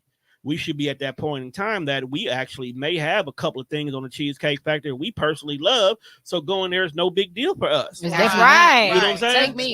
Well, I need to say with his unstable ass. Y'all need to go check out Boulder Junction. What? Oh. Boulder Junction. Girl, Never you been ain't never been to there. Boulder Junction? Oh Listen, my God, I love it. I'm just saying. But So I still because like of Olive that- Garden. Don't fucking play with me. I'm a Get I'm a out my pasta face. head. I I like my always Right. love Olive Garden. So, But and I think that's where the biggest That's not issue that at. bread. Stop And playing with me. the thing about it is because our timelines consist majority of the time of people we know and people we've grown up with. We only see the 30s and the 40-year-olds complaining about stuff that should never have even gotten to us. Mhm. So there's a lot of things Yes. that, like, I'll use prime example. Glorilla can date and be with, even better, Meg Meg can date and be with whoever she wants to, and we as older people shouldn't give a goddamn what she does, because Meg is still in her 20s. Right. Okay. And when we were in our 20s, we was definitely fucking up left and right. Yes. And telling old people to mind their business. Now we the old people, and we need to mind our motherfucking business. We're not owning that. Who's old over here? She said, "Who's old?" I don't know what you're talking about. You can That's have how that. you know. You can have that. That's how you know. There ain't nobody old over here. She said, "That's how you know that they old." Hey, Like, we look better than this younger generation out You here. had me till you called me old. So Tom, So what you serious. say? I look way older than I am, and I'm just Baby, saying. as far as we're concerned, everybody on this panel is 25. Here we go. 25. You 25. need to explain why a That's all. 25-year-old has this much white facial hair. Hereditary. Nigga, That's hereditary. He dyed it that color. He wants to be popping. I am 45 and I live in my truth. Okay, Right. I am a happy 45. Because when you get to 40, you don't give a fuck Fuck about about shit. nothing. But I've been I ain't 40, but I've been to that point. You in my also life a where I mama don't 7. You hit that about 3 kids ago, girl. You stopped giving a fuck. Big 3 gang. kids Big ago. city. Big gang. Gang, gang. Because I stopped giving a fuck So- at 2. So Tom, What up, though? so do you think because of the way a person speak or a person express themselves, do you think it do with how they was raised and Yes. the culture that they came from behind? Because I was raised up on a bunch of elderly people. I didn't really deal with my crowd, my age group. I wanted to know what the world mean, what it meant Okay. to live in this world. Mhm. And then everybody tell me like I got an old soul. I don't care So because I know my truth. let me make sure I heard Yeah. you correctly. So are you asking that is the individual environment plays a factor in how they are? Yeah. Absolutely. Absolutely. Product of your environment. 50-50. Okay. Here's the reason why I say that. I grew up on 10th and Monarchy.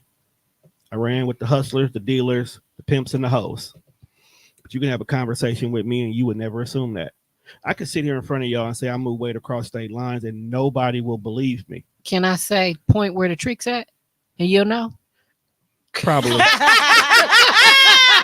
Probably.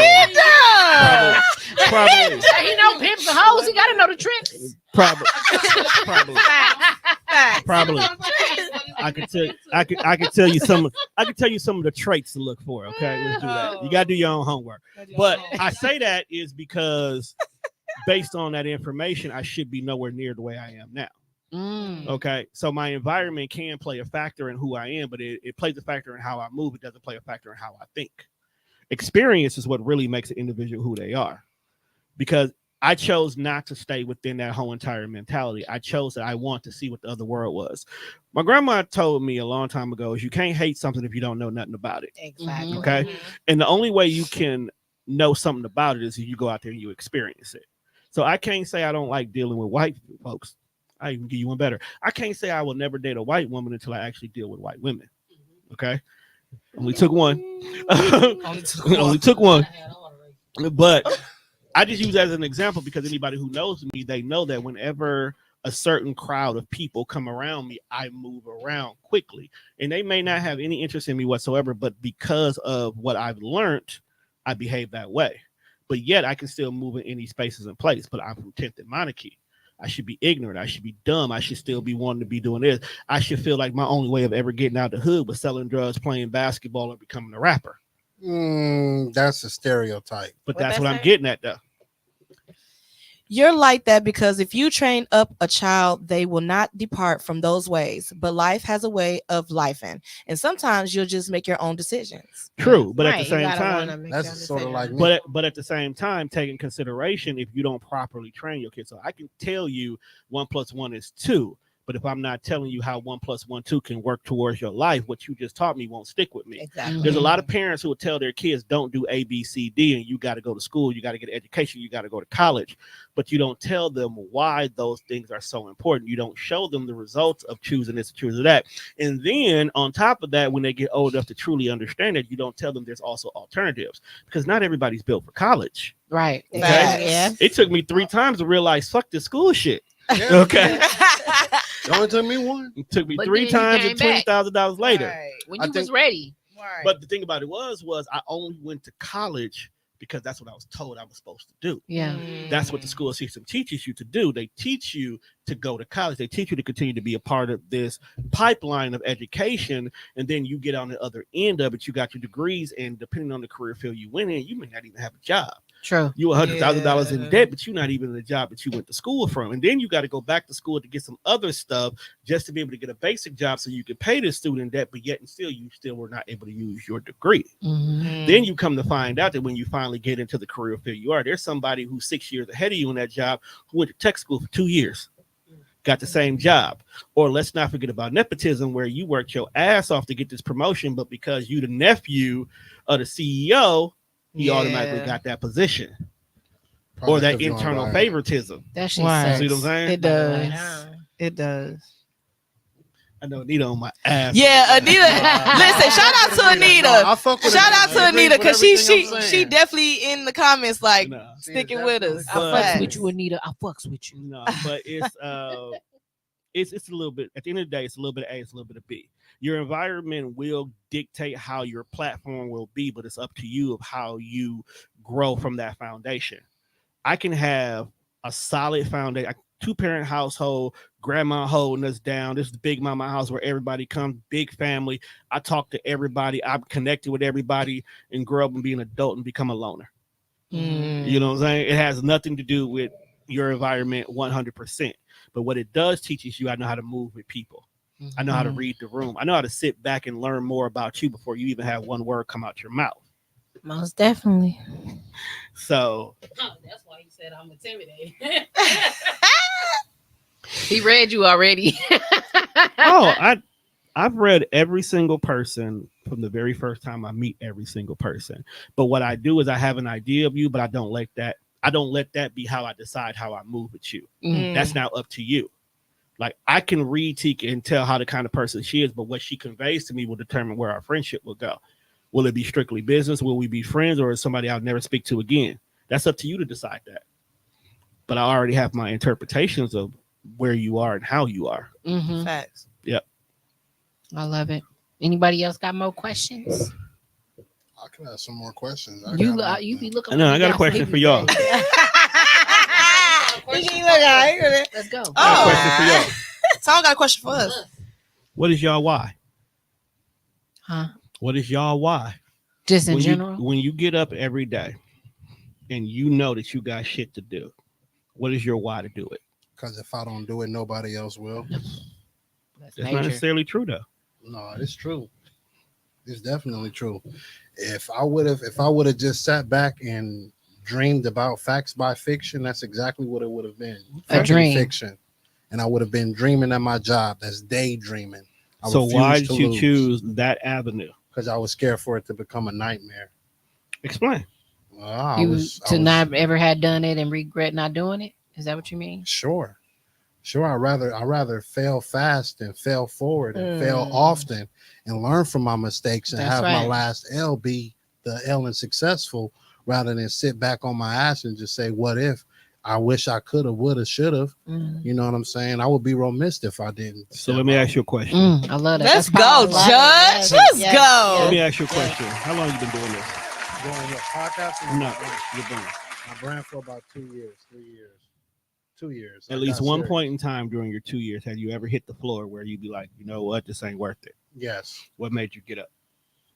Myself. What about yourself?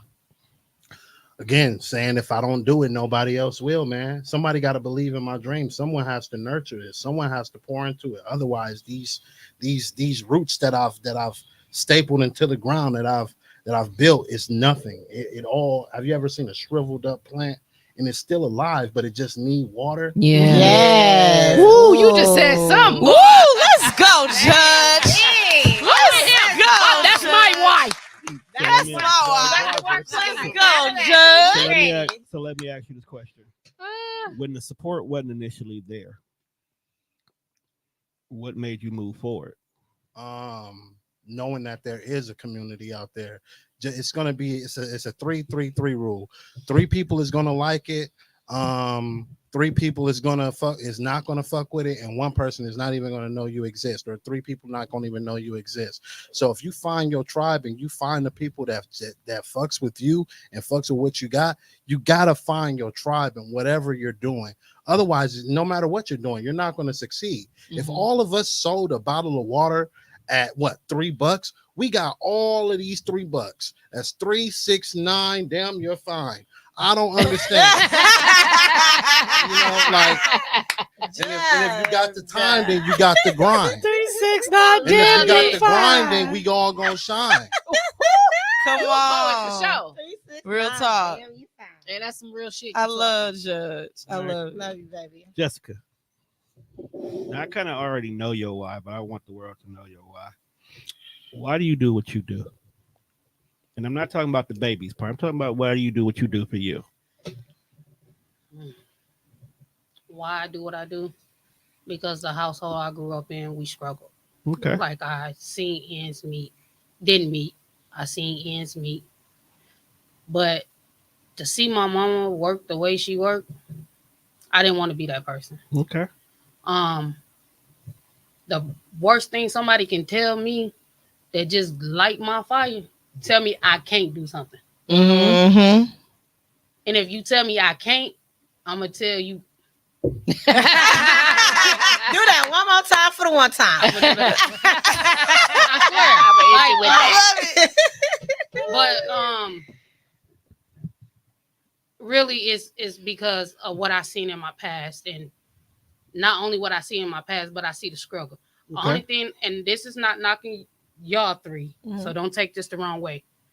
Only thing I dislike about being here in Milwaukee is every woman is in competition. Okay. Instead of trying to empower each other and work together. See, where I came from working together. I came from boosting one another.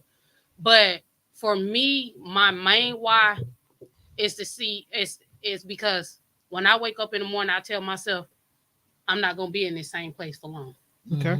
I gotta grind. If I don't grind, who gonna grind for me?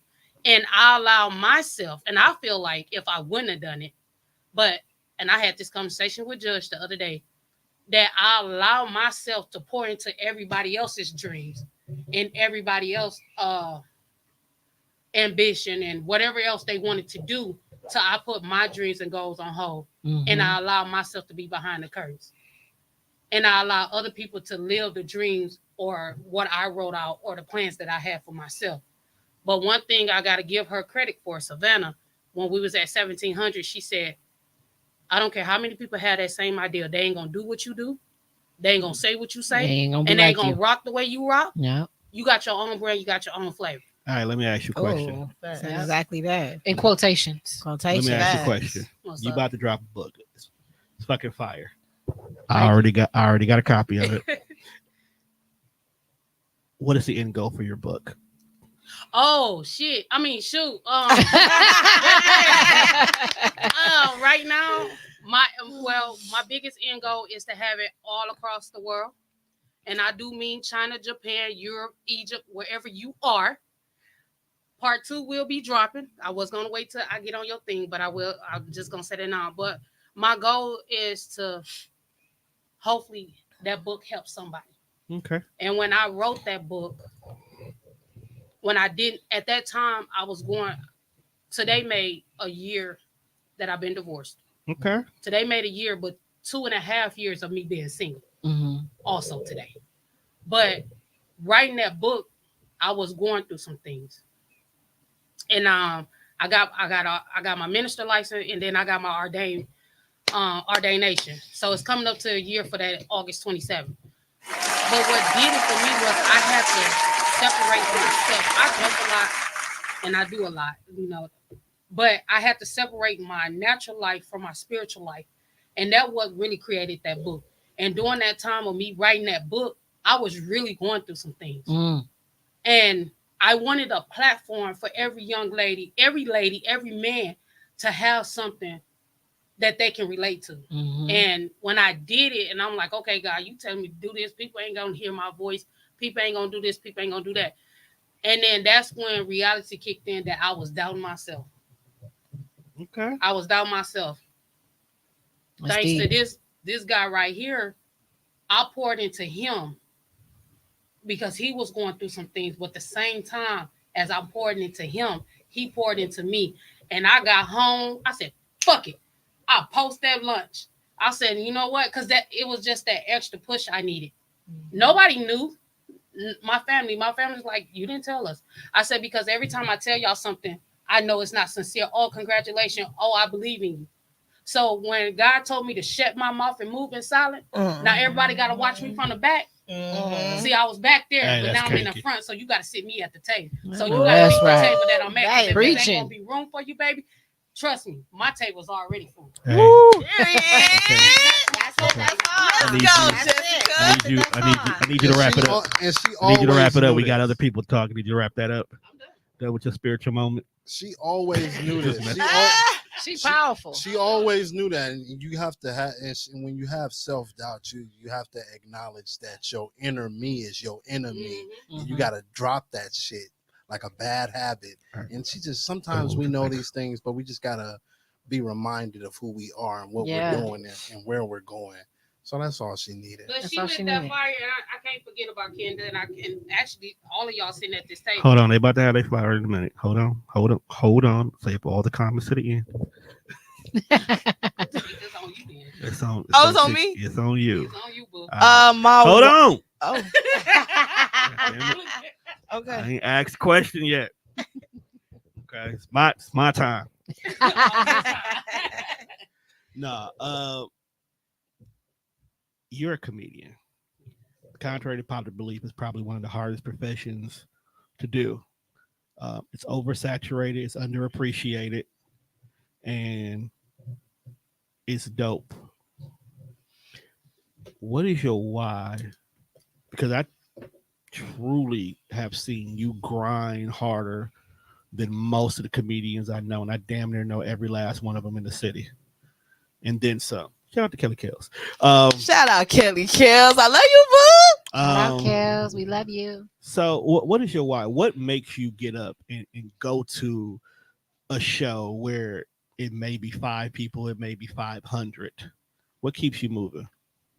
Honestly, to be real, comedy saved me. Okay. It was a lot of things that played a part in me becoming a comedian. Cause like, even just dealing with me being a single mother and being the woman that I am and being a Black woman, being bisexual, being a lot of things. Yeah. Shout out to sexuality as a spectrum. It I love is.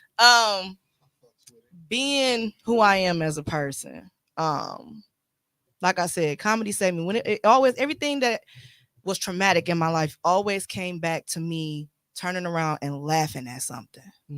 Just to remind myself that it ain't that bad. It could get worse, but it ain't that damn bad. You know what I mean? Not if you can still laugh and smile. Exactly. Oh, So I definitely wanted to make sure that people know that, like, even though you going through something, maybe it might be something that I'm going through too. It might be something that we all can relate to. So it's like, it's not just you. Like, we all deal with shit, and it's a lot of shit. But at the end of the day, like I said before, comedy saved me, because there's been a lot of moments in my life where I feel like I couldn't make it, I couldn't do it, I didn't believe in myself, I lost inspiration, I lost motivation, I lost dedication, I lost a lot of things in the process. But it always come back to me believing in, I had to bring joy back to the world. I had to always bring that laughter back. You know what I mean? So that's what means the most to me. That's my why. My Don't why get me is emotional here. that's my why. That's my why though. That's my why. That's my why. Y'all testimonies is beautiful. Y'all know that. That's my why. That's okay. You can smear that makeup. Hey, we ain't got no tissue. No, we're gonna end this show on the ugly cry. So that's my goal. Ugly cry. Oh, y'all But yeah, testimonies is beautiful. that's my why. I always felt that, like, a lot of people lost their sight when it comes to dealing with life, and you had to be able to bring your sight back and your laughter back and your joy back, because it's a part of who we are. It's a part of our lifestyle. We got to be able to let it go. Yeah. Release it. Let it go. And You need to let it just go. be happy, bro. Like, just let the shit go. And I had to learn that through comedy. I did. Miss Savannah. Hey, boo. Such a lady. Hey. Such a lady. I love that name. you Such gave a me. lady. Hold Love on, that hold on, name. wait. lady. Thank you. Say it right. Fucking lady. You're such a fucking lady. Thank you, Minister. Now, Okay, no. me and you last week, we did an interview. So I learned a lot about you and you dealing with this invisible illness. What gets you through? What's your why to keep you moving? My why is to leave a legacy. Okay. I want people to understand that just because you have an autoimmune or you sick or you have a formality or whatever the case may be, it does not stop you. It's ways that you can be successful. You just have to go about it and be in that community to get that support in order to do it. Because our mind can be very tricky to tell us that we can't. But I'm here to let them know, to let all of us, you don't have to have an autoimmune, but you can be successful as the normal people, they call it. What's the end goal for Lupus Has No Face? The end goal is to be nationwide. Not only just walks here. We want to have I'm not walks. walking nowhere. Yes, you are. Will you? We want to have walks nationwide. We want people to know who Lupus Has No Face is, our mission, our value, our goals. Want to be all over. Okay. That's the end goal. I love that. I love it. Thank you. I'm gonna do a commercial for you. I'm gonna put on the all purple bodysuit. Oh my God. So I ain't gonna have no head. I'm just gonna have a t-shirt on that Not says the Lupus Has No Face. Not the all purple bodysuit. Tell me that commercial ain't fire. Yes. It is. I appreciate it. It is. The all purple bodysuit will be popping. I ain't gonna hold you. I'll pay attention to that shit. I'm like, purple bodysuit? Okay. You know I what? love purple. We'll do that. We'll put the billboard. We'll throw it over there on 35th and Capitol so everybody see it. Boom. Boom. Big Boom. boom. Boom, boom. Lupus has no face. You said Boom, it. boom. I Kenda. love it. Kenda. What's going on, my The homie? voice. I'm hot. It's out of here. The voice. that wine that kicked in. You know- Break You know- She gonna break the hell out of him tonight. Like, baby, We put already the kids to ready. sleep. We already I'm on my way home. 10 minutes. Let's get a fan in here. You hot? You not hot? Fam? Okay. I'm dead. We've been doing this for about a year, Yeah. and you've been doing some amazing, fucking amazing things with this. You done had guests in here who I've connected with because of you. Hell, shit, I connected with these cats because of you. Yes. I don't know. I would have met Tika eventually, but eventually. But no, you definitely you bring people together in a way that not many folks can do. Yeah. Even the coach of my girl, because when I tell you, like, dog, that shit was fucking big. Like when you asked me to say, "Hey, Tone, I need a space," I was like, "Cool, I got you." You know, probably maybe 5, 10. You know the average that comes in here, but 25 fucking people. Deep. It's deep, bro. We couldn't move around. I'm sitting downstairs still trying to record. They coming down. It's like, bro, what's going on? Like, look, man, I didn't know it was these many people.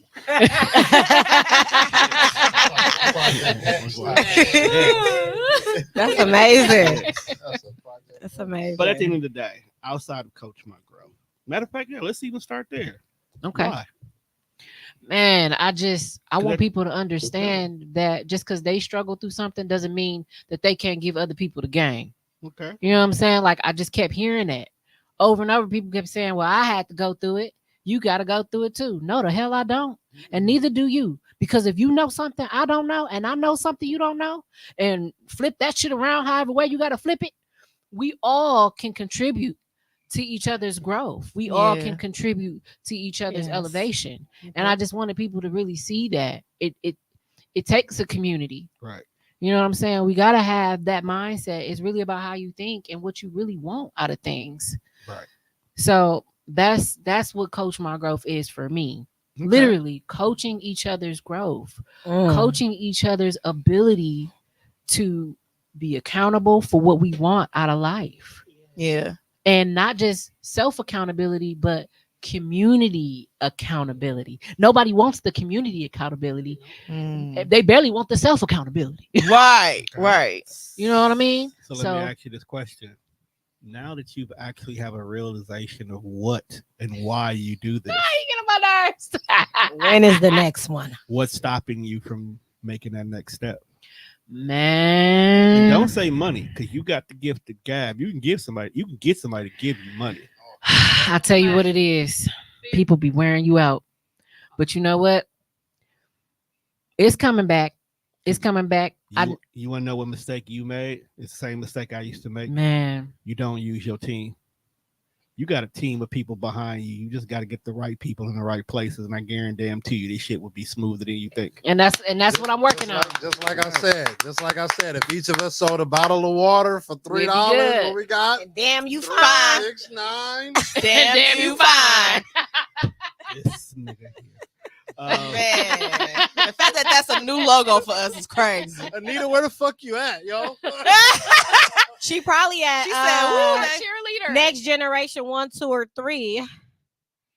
Those You're are right. day camps. It's coming back. It's coming back. I think, to be honest, I got exhausted. I know I got burnt out. you were doing It too took much. so much, and I'm one of them people where I did used to have that mindset of, if you want it done right, you got to do it yourself. And I hated delegating and leaving responsibilities on other people for my own vision, because then if it failed, I felt like I still failed because I delegated it to somebody when I should have took control of the circumstances, or I should have been there. And here's where you made your mistake, So, because I make this mistake too. That's the thing. Delegating to somebody else doesn't mean that you're putting responsibility in them. Delegating just means that you're not the one putting foot to pavement. Mhm. You can easily follow up with them to make sure they got it done. You can easily check to make sure that things are done. If I have 10 of y'all, okay, and I want to make a huge music concert, I damn sure can't do it all by myself. Mhm. So I'm going to use my 10 people. But what my job is going to be is to delegate to one, and that one person's job is to make sure the other 9 know what they're supposed to do. My job is to come back to that one person and check on that person to make sure they checked on this person. And then at that point, with them 9 people, it's their job to take 2 of those people Mhm. and make sure that they're responsible for 6 over here, 6 over there, or 3 and 3. And you know what? Math is I math. definitely could fix that problem Tuesday with one phone call. And guess what? That was my second event. So I'm gonna bump my head. I'm gonna learn. I'm gonna get on the ground. I'm gonna get right back the fuck up. So don't get it twisted. Right. Hey, right. You know, we fall down, but we get up. Right. Right. And the only reason why I'm beating your ass about that, because you'll lay down on the ground and realize the ground is cold and it's cool and I'm comfortable right here. It's nice. We can't. She said it's nice. We can't be comfortable no more. I ain't dealing with this. We got shit to do. We got Scorpio gang. They All day. Scorpio gang, Flex. man. Don't disrespect them, bro. Don't bring them. They don't belong over here, bro. Keep them over there. Keep 'em over there. Sag life all day over here, baby. So Me and you on the same. Yeah, you already know. keep that over there. But you know what?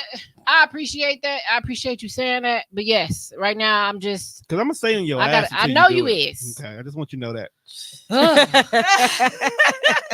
We got time today. We got And time you know, today. I gotta worry about you and her too, because she be on me too. But you know what? I appreciate that. That tells me a lot about y'all, that y'all love me for real. Y'all care about me for real. Y'all see something in me. Y'all believe in the vision. And that's why we all here now. Like, and I know that. Like, I know I that. thought we was all here because it was my day. That part too. I thought it was sorry because my dad. Well, that That too. part, yes, absolutely. Let's not forget the real reason. We know. The We real know. reason. But you flipped it on us for a little bit. So I now it's know. about us. I wouldn't be me if I didn't. True. All facts. But shit, it's 10 o'clock. Right. I was Parents, can do you take know us where out? your children are? You know, Man! hey, y'all want to hear something funny? I really don't know where my kids is. They be bouncing between family members' houses that I won't know where they are until I call. That is fun. And it's not that I don't know it. Like they only go to 3 places, so it's not like I don't know. But you don't know. I just Yeah. don't know. I just don't know. It won't be until That's I crazy because I made a walk joke about that not too long ago. I just about that want to say, commercial. Anita, You part of the squad. Right. We love you, Anita. You part of the squad. Anita, I'm just looking at what you're saying to me and everybody here. Yes. And man, I loved you from the first day I met you. I just want you to know that. You know what? She's so dope, man. That's how I am. That's how I am with Aziza, the one y'all met on Saturday. Yeah. Same way. Yeah. She stay in my ass. Oh, that's so beautiful though. Like the connections. And you gotta keep them. That's another thing that just keep me going. I love the impact that I can put on people and that they put on me. I love that interaction, that engagement that it takes. You take that with you for a lifetime. You definitely do. It's good people out here in the world. It really is. It's hard to find them, but it's good people. It's not hard to find them. You got to be moving the right way. You want to know what the problem is? It can be. We are all naturally guarded because there's so many users and fuck people in the world that we won't show our true selves because we can't trust those around us. Yeah. But once energy matches up where healthy energy is received, then we open up like butterflies and good people will automatically gravitate to you. I love butterflies. You done said that twice already. Just so y'all know. Another why, because like how we find togetherness within our community.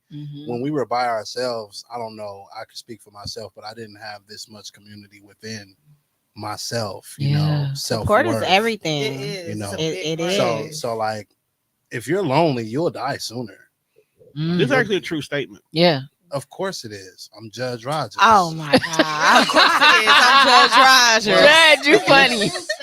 No, it's true. It is true. It is true. I believe. You know you gotta add that in there. Look, the point is you need people if you're gonna live life. If you're gonna be nurtured correctly, you gotta be around the right gardeners. That's true. Yeah. I agree. Human beings were never created to be alone. That's why even when Adam was by himself, God immediately created and Eve. Eve. You're never meant to be alone. Yeah.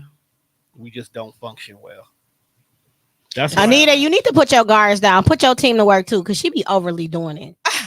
Eat some of those words. We love you. We're gonna kidnap We're Anita. gonna keep it real with you. That's funny. But with yes. that being said, we have come to the end of your episode. We have definitely come to the end. I hope you guys enjoyed this episode of Mind My Own Podcast. I appreciate every single one of y'all. Mr. ToneDef, you the man. You that man. Yes, sir. All right, y'all. We're going to sign out for the night. Have a good night. Good night, y'all.